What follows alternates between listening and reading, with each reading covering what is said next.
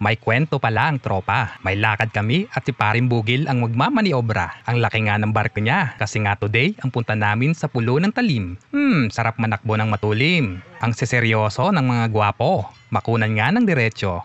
Aba, hindi nagulat ang mga loko. At nag-thumbs up pa si Paring Ernesto. Sarap lang tumawa, palibhasa wala ang mga asawa. Hindi sinama o pinalayas talaga.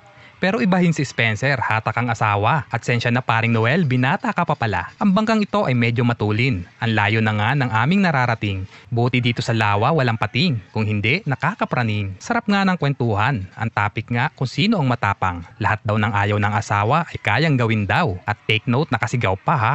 Takot lang nila. Ayaw maglaba.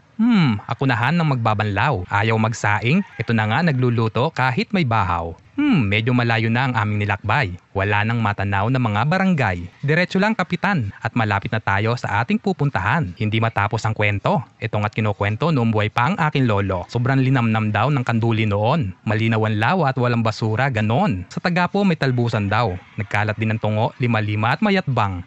Lahat aprodisyak at pampatirik ng ugat. Kaya nga libangan noon gumawa ng anak. Kita nyo ba yon?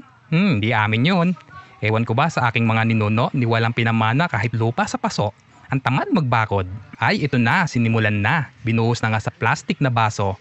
Walang budget kaya ang alak namin yung pinakamapait. Lasang blade. Pag ininom mo, para kang may bitig. Sino kaya ang mauuna? Yung papangit ang muka sabay grrrra. At yun si Paring Noel. Aba ayaw at may hampas pa. Nagdadalawang isip kung tutunggain ba.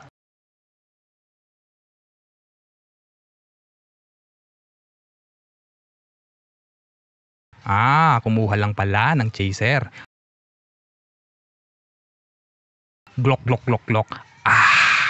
Yung pulutan pa namin, nakakahepa. Hirap talaga pag walang pera. Basta matuloy lang sige tara. Basta dala ang speaker at may mic, hala bira. Sino ang susunod? Yan na binobola. Tara dito kay Spencer.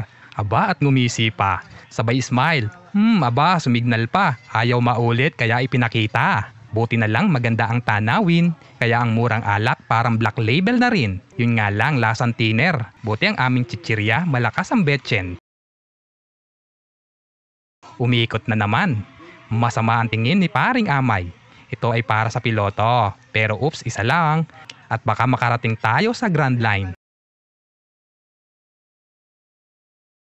Huwag kayong mag-alala. Pinagmamasdan ko lang, ang ganda talaga. Tumatakas lang talaga ako sa tagay. Kaya ito nag-acting. Kunwari ako si Daniel. Tapos si Rena daw si Catherine. Parang di mo pansin ang sama ko sa iyong paningin. Diba? Tama na nga ang acting, halika na dito, matatapos na ang ating outing. Pero ang tagay tuloy-tuloy pa rin. Sarap ng biyahe basta kasama ang tropang mga tampuhin. Salamat at tinapos nyo ang poem. Palike naman ang cheer din. Para dumami ang aking follower. Sa muli, ganern!